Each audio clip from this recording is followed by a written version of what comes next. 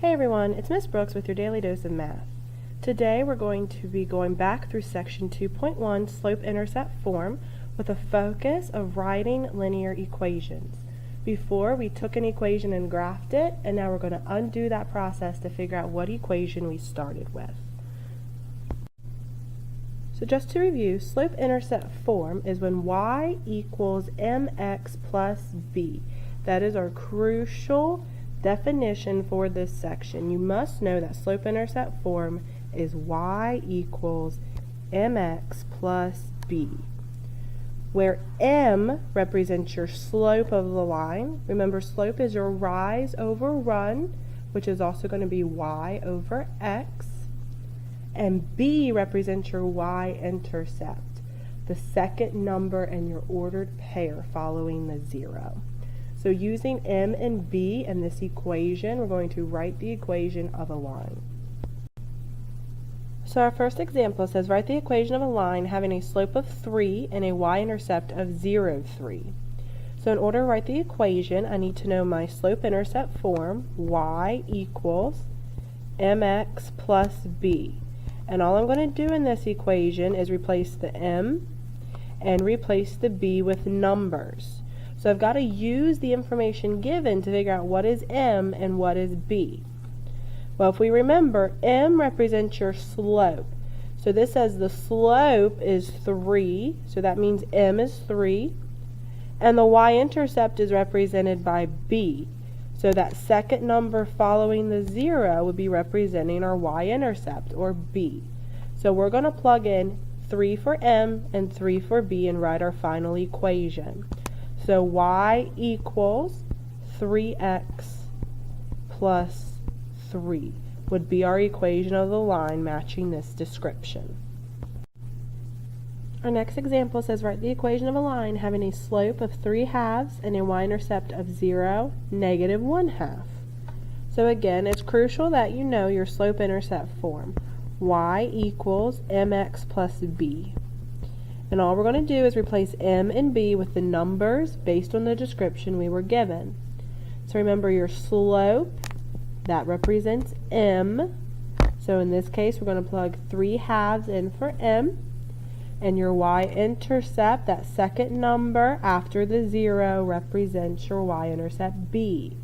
So we're going to write this equation, y equals 3/2 x minus 1/2 would be our equation of the line to match this description. Our next example says write the equation of a line having slope -1 and y-intercept of 0, -4. So again, to write our equation of a line, we have to know our slope-intercept form, y equals mx plus b. And we're going to replace m with the slope, we're going to replace b with the y-intercept. So according to the words, our slope is -1, that would be m, and our y-intercept is at 0, -4. And always the second number is representing b. So we're going to plug into our equation -1 for m and -4 for b. So our final answer is going to be y equals -1x, or just -x, and then minus 4.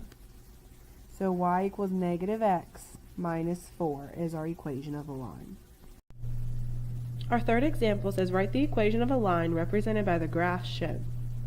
So to write the equation of a line, we need slope-intercept form, y equals mx plus b. And what we're going to have to do is use the graph to figure out our slope and figure out our y-intercept. Now, it's normally easiest to figure out your y-intercept because that is a location where the graph crosses the y-axis, or your vertical axis.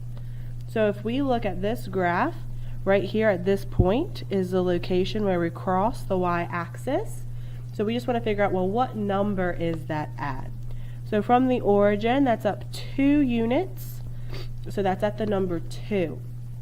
So we're going to replace b with 2. The second thing we need is to figure out our slope, which is rise over run. So we need to count the rise over run between 2 points on our line. In this case, 2 points were clearly marked, so we're going to use that to count rise and run. So we're going to rise 1, 2, 3 places until we're on the same playing field. So that was 3 places going up, so that's a positive 3. And then we're running 1, 2, 3, 4 units to the right, so that's a positive 4. So our slope is a positive 3 that we rose over a positive 4 that we ran. So if we put all of this together, our equation of the line is y equals 3/4 x plus 2. Our next example is to write the equation of a line represented by the graph shown. So again, to write your equation, you need to know slope-intercept form, y equals mx plus b, and we have to know our slope m and our y-intercept b to finish writing the equation. So again, it's usually easiest to pick out your y-intercept b first, because that's the location where you cross the y-axis. So if we look right here is where our line touches the y-axis. So that would be 3 units from the origin. So we know that b is represented by 3. Now we also need to count the slope of our line. Now this one did not give us 2 points clearly marked on our graph, so we have to mark them ourselves. We can use the y-intercept as one of the points, and then we need to find another location where we cross the corner nice and pretty, like right here for our graph, and we're going to count the rise and the run between those 2 points.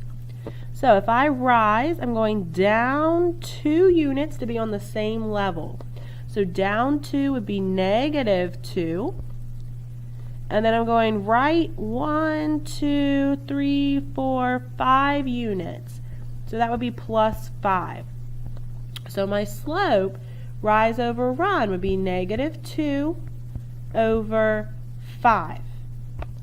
So when I write my final equation, this line is y equals negative 2/5 x plus 3. Do not forget the x. That's the most common mistake. Our last example is to write the equation of a line represented by the following graph. So we're going to repeat the process we've done in previous examples. And again, we must use the slope-intercept form, y equals mx plus b. So we have to identify the slope of the line, and we have to identify the y-intercept of the line. From a graph, again, usually the y-intercept is the easiest thing to find. You're going to look at the y-axis, and you're going to identify the point where the line crosses the y-axis. In this case, that point is at negative 4. Then what you want to do is find a second point anywhere on your line that's a perfect point, points that are at whole numbers, and we want to count the rise over run between them to get the slope of the line. So I'm going to use my y-intercept point at negative 4, and I also see that there's a perfect point right here. So if I rise, well, I don't need to go up or down any, so I'm rising 0. And then I'm going to run 2 units to get to that point that I had identified earlier. So 0 over 2 would simplify to tell me that my slope is 0. So when I write the equation of a horizontal line, I'm not going to write 0x. 0x is just nothing. So I'm going to ignore this part completely. And when I write my equation of a horizontal line, I'm going to say y equals the number that represents my y-intercept. In this case, negative 4. So we will say y equals negative 4. This concludes our lesson on being able to write the equation of a line, given some characteristics, and given a graph in slope-intercept form. If you have any questions, please ask Miss Brooks. Otherwise, we'll catch you next time on your Daily Dose of Math with Miss Brooks.